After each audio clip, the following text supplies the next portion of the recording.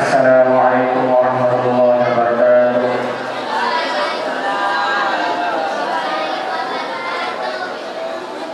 Alhamdulillahirabbil alamin wa bihi nasta'inu ala umuri dunya waddin.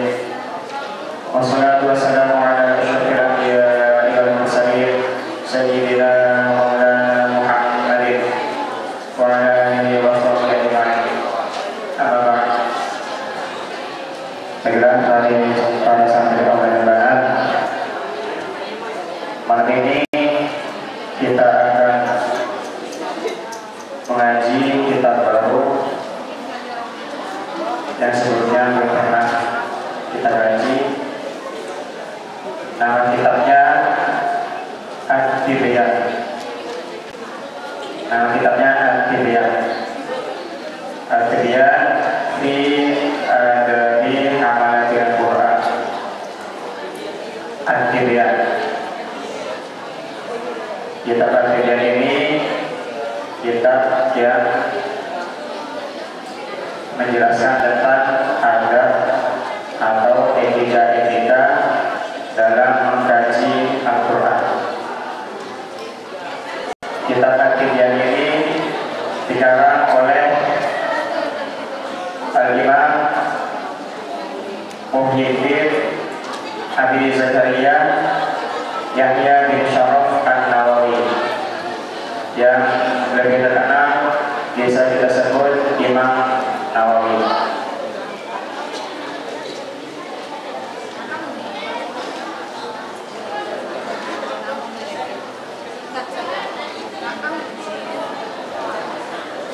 Sebelum kita mulai ngaji, marilah kita baca sebuah syair. Yang pertama, syair bangsaan.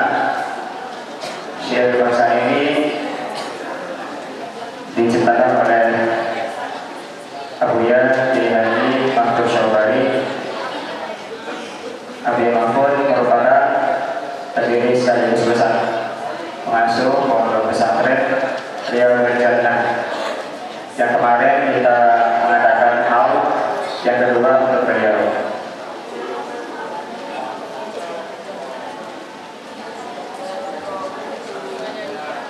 Nah, di situ ada fotonya. Yang sebelah kanan itulah Abuya Mahfud Syawari, yang sebelah kiri adalah guru beliau Abuya Sayyid Muhammad bin Alwi Al-Maliki Al-Masari. Gurunya sama dengan guru Abuya Haji Mahfud.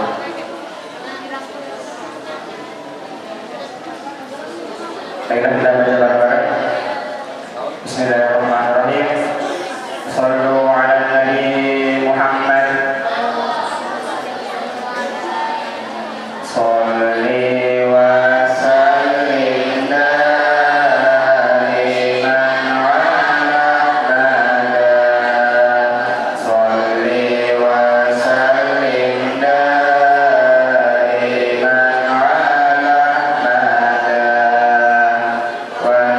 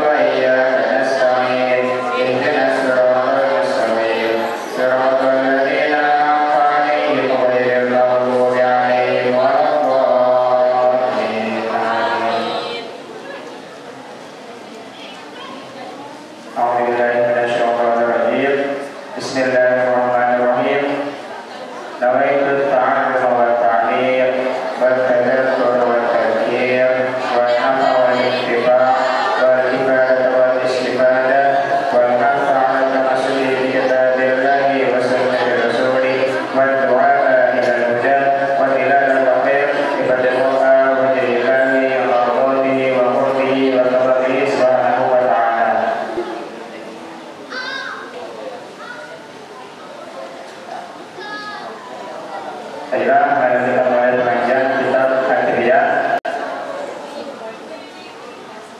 Di awal kita musannif atau sang pengarang kita Imam Nawawi, yaitu yang bernama Syekh Yahya. Syekh Yahya ini memiliki kunyah Abu Zakaria. Dinamakan Abu Zakaria karena dia memiliki anak yang bernama Zakaria, maka dia memiliki Abu Zakaria, ayahnya Zakaria.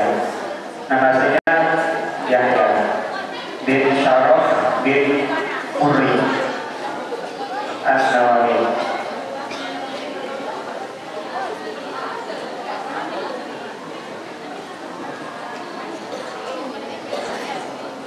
Orang alif Al-Imam Al-Alim Al-Zaid Al-Rabi Al-Mu'amadi Abu Zakaria Yahya bin Syaraf bin Uri Al-Nawawi Al-Qur'an. Di kitab ini sanadi Al-Qiyah fi adabi Al-Qur'an rahimahullah ta'ala wa nafa'ana bihi wa bi ulumihi fid dharaini amin. Bismillahirrahmanirrahim. Alhamdulillahil karimil mannan bil qawli wal fadli wal ihsan alladhi hadana lil iman wa faddala dinana ala sa'iril adyan wa manna 'alaina bi ihsanihi ilayna akrama khalqihi 'alayhi wa afdalahu ladayhi habibahu wa qalilahu wa 'abdahu wa rasulahu Muhammadan sallallahu alaihi wasallam fama'a bi ibadat al-awthan wa akramahu sallallahu alaihi wasallam bil Qur'an. Sang musannif atau penulis kitab memulai kitabnya dengan memuji kepada Allah. Segala puji bagi Allah yang Maha Mulia. Dan selanjutnya beliau bersolawat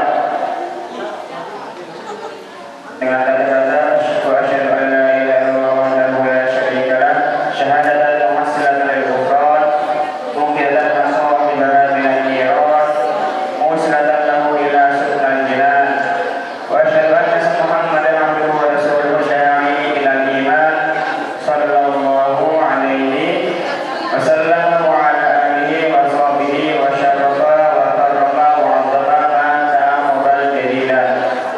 Semoga Allah memberikan rahmat takdir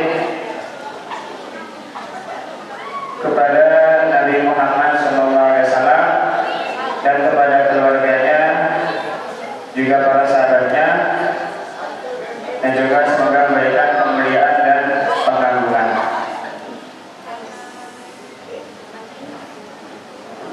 Kadang-kadang please.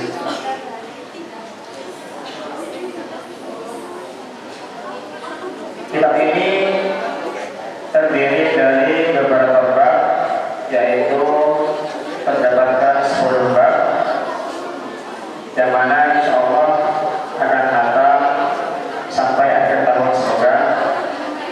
Bab yang pertama berisi tentang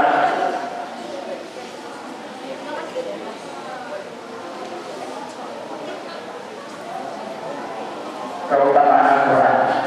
Al-Babul awal fi at-tarafin min fadilati tilawatil Quran wa amalatihi. Al-Babu ada bunyi itu awal yang pertama fi at-tarafin di dalam aspek-aspek min fadilati tilawatil Quran, di dalam dari keutamaan membaca Al-Quran wa amalatihi dan membaca Al-Quran. Bab yang pertama menerangkan tentang sisi-sisi atau aspek-aspek dari keutamaan membaca Al-Quran dan mengkaji Al-Quran.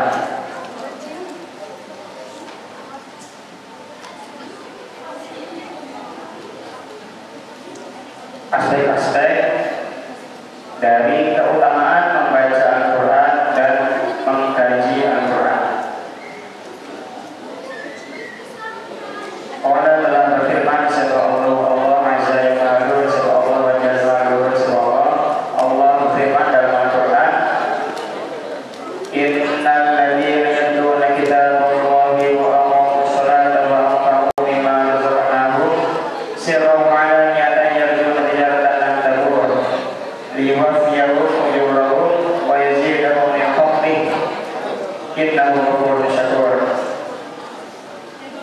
Di surah Fatir ayat 29 dan 30. Kita ladina sesungguhnya orang-orang yang tuna yang membaca sebagai kitab Allah ibadah kitab Allah ayat Al-Quran, wa aqamu dan mendirikan sebagai dina asral ibadah salat, wa aqamu dan menginfakkan sebagai dina iman dari perkara, rezekna yang telah merisikan sebagai kepada aladin, sirah dalam keadaan diam-diam ma'aniyatan dan terang-terangan, itu yang juga mengharapkan sebagai dina dijawabkan pada perniagaan lantai buruk yang tak akan merugi. Sesungguhnya orang-orang yang membaca kitab Allah, yakni Al-Quran,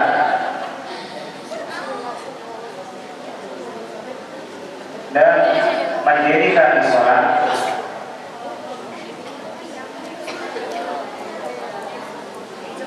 dan berinfak,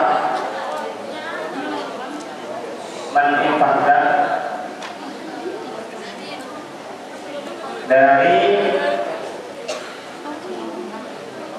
sesuatu yang kami rizkikan kepada mereka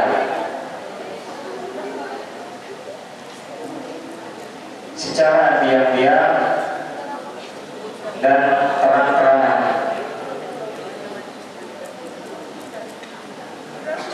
Itu mereka mengharapkan perniagaan yang tidak akan merugi.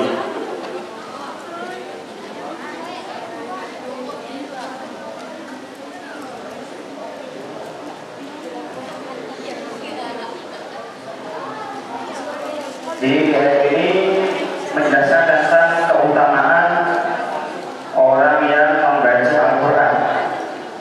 Orang yang membaca Al-Quran ibaratkan seperti melakukan perniagaan atau perdagangan jual beli antara dirinya dengan Allah.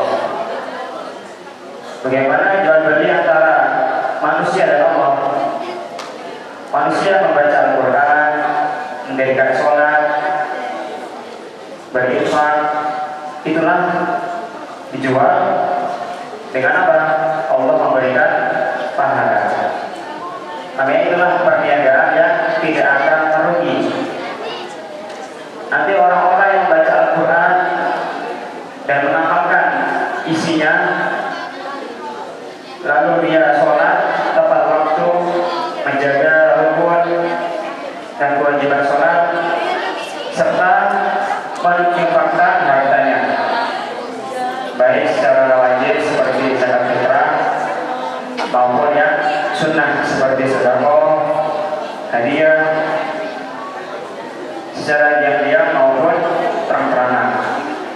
Contoh infak yang diam-diam seperti infak di kotak amal masjid, ataupun yang terang-terangan, yaitu memberi santunan kepada yatim fakir miskin dengan mengundang beberapa tamu. Semua itu adalah mengharapkan perniagaan atau perdagangan yang tidak akan rugi. Nanti di situ ia akan mendapatkan ridho dari Allah dan akan mendapatkan pahala yang besar dari Allah. Liwafiyahum ujurahum wa yazidahum min fadlih innahu ghafurun syakur. Agar Allah menyempurnakan pahala-pahala mereka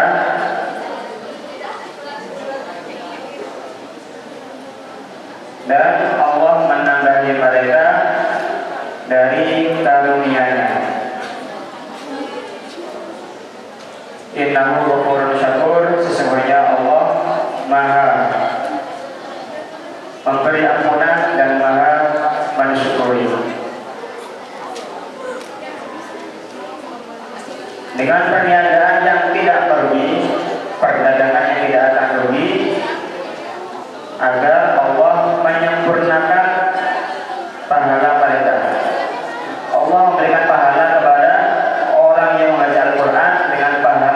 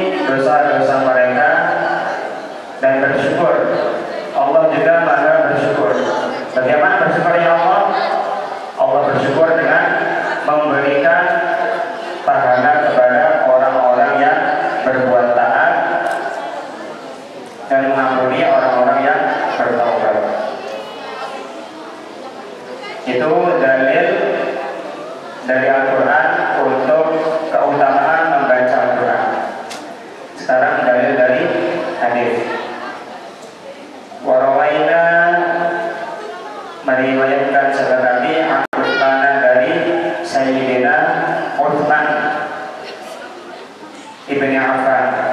Hadis diriwayatkan dari Sayyidina Utsman bin Affan, sahabat Rasulullah dan juga menjadi khalifah yang ketiga. Radhiyallahu anhu qala, berkata Utsman, qala bersabda sahabat Rasulullah sallallahu alaihi wasallam, khairukum man ta'allama al-Qur'an wa 'allamahu. Sebaik-baiknya kalian itu orang yang mempelajari Al-Quran.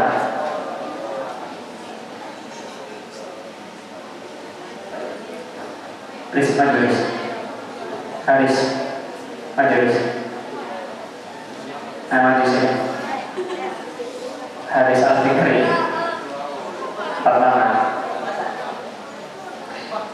Perhatikan, khairukum man ta'allama al-Qur'an wa 'allamahu. Sebaik-baik kalian ialah orang yang mempelajari Al-Qur'an dan mengajarkannya. Ini kata Rasulullah, sebaik-baiknya kita orang Islam ialah orang yang mempelajari Al-Qur'an beserta ilmu-ilmu yang berhubungan dengan Al-Quran. Contohnya tajwid.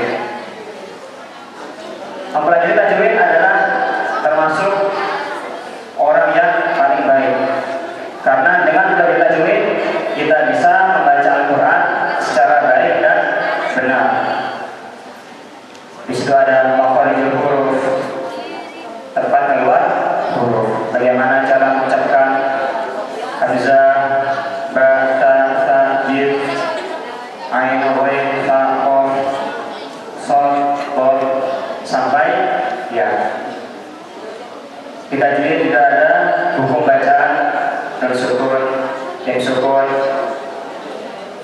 apa itu idgham, idgham, iqlab. Disitulah kita bisa baca Al-Quran dengan baik dan benar, dengan fasih, tidak ngawur.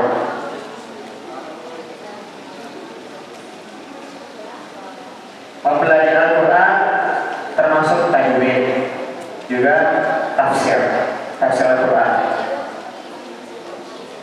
Selain itu juga termasuk orang yang terbaik ialah orang yang mengajarkan Al-Quran. Setelah kita membaca Al-Quran dan merasa kita sudah mampu, maka kita seharusnya mengajarkan Al-Quran kepada yang lain, ajarkan kepada yang belum bisa. Nanti di situ akan mendapatkan dua pahala. Yang pertama, pahala mempelajari Al-Quran untuk dirinya sendiri. Yang kedua, mengajarkan kepada orang lain. Makanya ada pepatah Arab mengatakan, amilku bila amalin tasyajari bila tamaru. Ilmu tanpa amal ibarat pohon tanpa buah.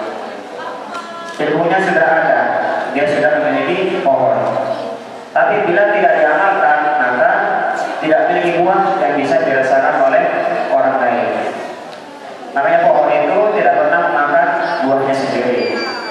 Pohon itu buahnya dimakan oleh orang lain secara gratis. Pohon tidak pernah berjualan buah. Makanya kita bila punya ilmu, maka ajarkan kepada yang lain. Itu akan bernilai dari tambah, dan itu tidak akan mengurangi ilmu kita. Malah ilmu kita akan bertambah dan tetap bertahan. Ilmu kalau tidak diajarkan, maka lama-lama akan lupa, akan hilang. Kalaupun tidak menjadi guru, minimal mengajarkannya kepada kawan, kepada anak kalau sudah punya. Rawahu Imam Abu Abdullah Muhammad Ibnu Ismail bin Ibrahim Al-Bukhari di Sahihih. Hadis riwayat Imam Abu Abdullah Muhammad bin Ismail bin Ibrahim Al-Bukhari.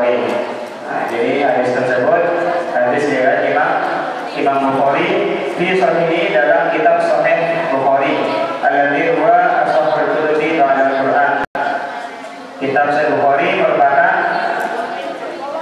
paling sahihnya kitab-kitab setelah Al-Quran. Jadi kitab salaf, kitab agama Islam yang paling sahih ialah kitab Bukhari setelah Al-Quran. Wa Aisyah, dan dari Aisyah radhiyallahu anha, qala, berkata Aisyah, qala, bersabda Rasulullah sallallahu alaihi wasallam. Hadis yang kedua diriwayatkan dari Sayyidatina Aisyah istri Rasulullah. Rasulullah bersabda, alladzi yaqra'ul Qur'an wa huwa mahir bih ma'a safratil kiramil bararah, walladzi yaqra'ul Qur'an wa yatata'u fihi wa huwa 'alaihi syaqun lahu ajran. Alladzi, adapun orang yang membaca, itu membaca sebagai alladzi Al-Qur'an pada Al-Qur'an, wa huwa dalam keadaan adapun alladzi itu mahir di Al-Qur'an, ma'asafarati itu beserta malaikat penulis al-kiram yang mulia, al-barati yang berbakti. Orang yang membaca Al-Qur'an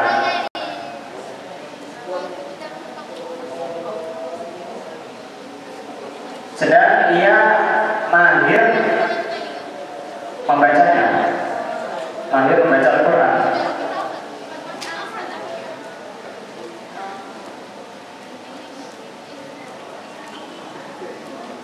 maka ia berada bersama para malaikat penulis yang mulia dan yang berbakti atau patuh. Walladzi yaqra'ul Qur'an wa yatata'u fihi wa huwa 'alaihi syaqun lahu ajran. Walladzi, adapun orang itu yang membaca surah alladzi Al-Qur'an pada Al-Qur'an, wa yatata'u dalam keadaan terbata-bata atau gagap, surah alladzi fihi di dalam Al-Qur'an, wa huwa dalam keadaan adapun alladzi itu 'alaihi tetap atas alladzi syaqun ada berat lahu, maka itu bagi alladzi ajroni adapun dua pahala.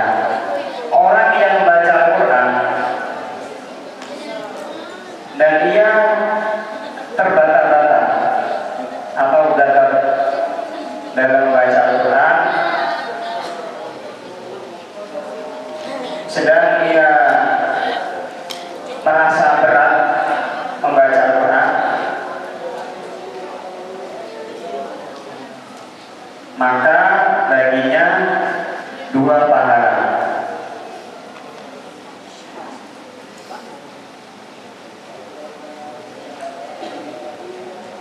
Orang yang membaca Al-Quran dan dia mampu membaca Al-Quran dengan baik dan benar, dia mahir, dia bisa tajwidnya, jelas bacaannya, makhrajul hurufnya benar, bisa mengucapkan semua huruf dengan benar, menguasai tajwid, menguasai nun sukun dan segala macam, dia mahir membaca Al-Quran, maka dia bersama golongan para malaikat penulis amal yang mulia dan yang patuh. Jadi dia setingkat dengan malaikat jika dia membaca Al-Quran dan mahir. Itu syaratnya. Yang pertama membaca Al-Quran dan mahir, maka dia bersama para malaikat penulis amal yang patuh. Yang kedua, orang yang membaca Al-Quran tapi dia terbata-bata, gagal, dia merasa berat untuk membaca Al-Quran, dia belum fasih, sulit kali baca Al-Quran, dan itu asli, tidak dibuat-buat, karena mungkin baru belajar, maka dia mendapatkan dua pahala. Yang pertama pahala dia membaca Al-Quran, yang kedua pahala karena dia merasakan kesulitan membaca Al-Quran. Jadi kesulitannya dan kegagalannya dalam baca Al-Quran itu dinilai satu pahala.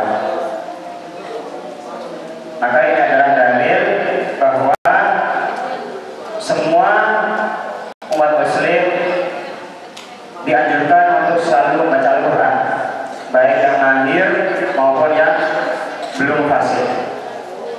Jangan malu, jangan putus asa, tetap belajar.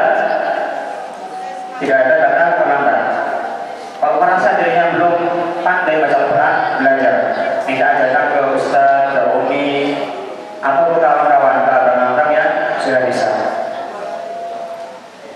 Jadi ini adalah termasuk hadis motivasi untuk orang-orang yang belum pandai baca Al-Quran. Dia akan mendapatkan 2 pahala. Rawahul Bukhari, hadis diriwayatkan oleh Imam Bukhari dan Muslim. Abu Husain Muslim di Hujjah di Muslim An-Nisaburi di Sahihaihima. Hadis yang ketiga dari Abu Musa Al-Asy'ari. Wa an Abi Musa Al-Asy'ari radhiyallahu anhu. Hadis diriwayatkan dari Abu Musa Al-Asy'ari. Beliau berkata, qala bersabda Rasulullah sallallahu alaihi wasallam, "Mathalul mu'mini alladzi yaqra'ul Qur'ana mathalul utrijjah." Mathal mu'mini adapun perumpamaan mukmin alladzi yaqra'u yang membaca secara mukmin Al-Qur'an itu mathalul utrijjati menyerupai utrijjah, riuha yang adapun baunya utrijjah itu thayyibun harum wa ta'muha adapun rasanya utrijjah itu thayyibun enak. Perumpamaan mukmin yang membaca Al-Quran itu seperti utrijjah, seperti buah utrijjah yang baunya harum sedap.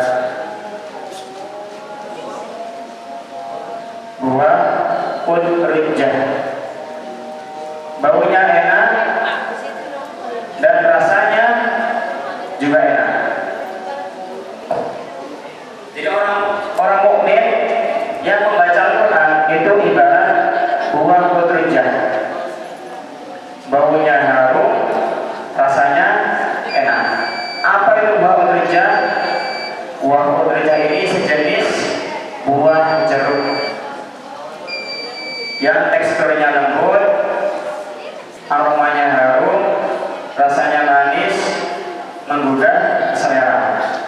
Bentuknya seperti jeruk, tapi tidak bulat sekali, agak lonjong. Warnanya kuning seperti lemon. Kulitnya tebal seperti jeruk Bali. Dagingnya kecil. Nah itu baunya harum, rasanya enak, manis. Wa mathalul mu'minil ladzi la yaqra'ul Qur'ana mathalul tamrah la riha laha wa ta'muha hulwun. Perumpamaan mukmin yang tidak membaca Al-Quran. Nah tadi mukmin yang membaca, sekarang mukmin yang tidak membaca. Perumpamaan mukmin yang tidak membaca Al-Quran itu seperti kurma, seperti kurma. Lari halaha wa haluan. Tidak ada bau, tidak ada aroma, tapi rasanya manis. Nah ini adalah perumpamaan orang mukmin yang tidak membaca Al-Quran. Baunya tidak ada, tidak harum, tidak wangi, tapi rasanya manis. Manisnya karena dia beriman. Itu tadi orang yang mukmin, orang Islam. Sekarang orang munafik.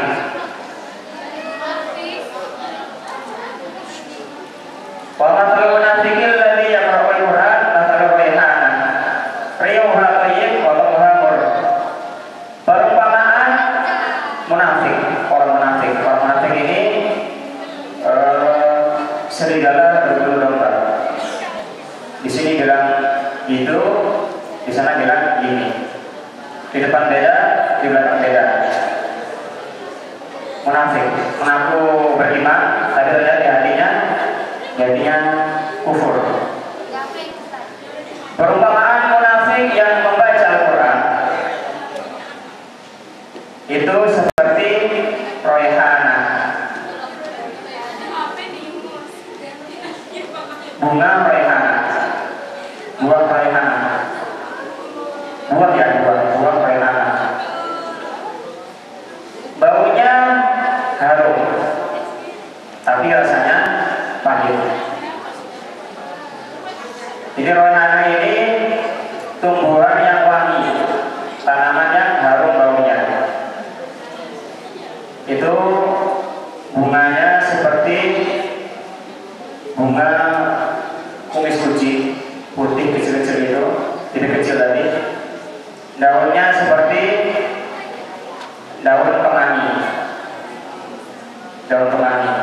Nah, raihana ini baunya harum, wangi, tapi rasanya pahit. Nah, ini raihana, bukan sayur raihana. Wa matal munafiqin alladziina la yaqra'una al-Qur'an. Sekarang yang tidak membaca Al-Qur'an. Tadi munafik yang membaca Al-Qur'an, sekarang munafik yang tidak membaca Al-Qur'an. Kama tamil hamdulah laisa al-harim wa muhamur. Perumpamaan munafik yang tidak membaca Al-Qur'an. Nah, ini sudah munafik, tidak membaca Al-Qur'an lagi. Itu seperti hamdolah, buah hamdolah. Tidak ada rasanya, bukan, tidak ada baunya, rasanya pahit. Tidak ada bau, rasanya pahit. Tidak berbau, tidak wangi, rasanya pahit. Ini munafik yang tidak membaca Al-Quran. Itu seperti buah hamdolah. Bentuknya seperti semangka atau melon, bulat gitu, agak kecil. Nah, itu baunya tidak ada bau, tapi rasanya pahit. Nah, itulah kelebihan orang yang mukmin yang membaca Al-Quran. Itu seperti bekerja. Karena dia mukmin, seperti bau kerja manis. Lalu dia membaca Al-Quran bertambah dengan harum. Sedangkan mukmin yang tidak membaca Al-Quran itu seperti buah kurma. Mukminnya menjadi manis, tapi tidak membaca Al-Quran, maka dia tidak wangi, seperti buah kurma. Sedangkan orang munafik yang membaca Al-Quran seperti bunga raihana.